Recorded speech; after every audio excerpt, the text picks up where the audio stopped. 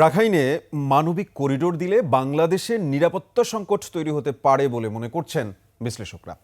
আর সেই করিডোর যদি দেয়া হয় তাহলে কাদের সঙ্গে চুক্তি হবে তাও জটিল, কারণ রাখাইন এখন আরাকান আর্মির দখলে, আর মিয়ানমারের ক্ষমতায় আছে সামরিক জান্তা।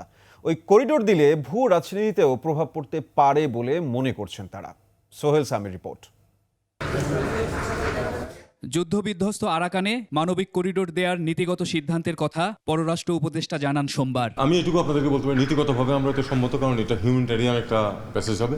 সেদিনই সরকারের এই সিদ্ধান্তের ব্যাপারে তীব্র প্রতিক্রিয়া জানায় বিএনপি। অনেক বড় সিদ্ধান্ত, এই সিদ্ধান্তের সঙ্গে আমাদের স্বাধীনতা, সার্বভৌমত্ব এবং ভবিষ্যতে এই অঞ্চলের শান্তি স্থিতিশীলতা জড়িত আছে। তবে মানবিক প্রয়োজনে করিডোর দেয়ার মধ্যে কোনো সমস্যা দেখছে না এই বিশ্লেষক, কিন্তু তা হতে হবে সব পক্ষের সম্মতিতে, বললেন তিনি।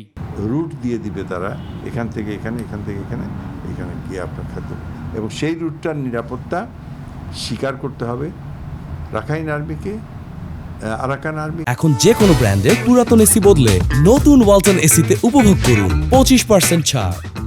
এবং মায়ানমার সরকারকেও বলতে হবে যে না, ঠিক আছে, এই রুটে যেসব সাহায্য সহায়তা আসবে, হয়তো ইউনাইটেড নেশনসের মার্ক থাকবে, সেগুলোকে আমরা ডিস্টার্ব করব না।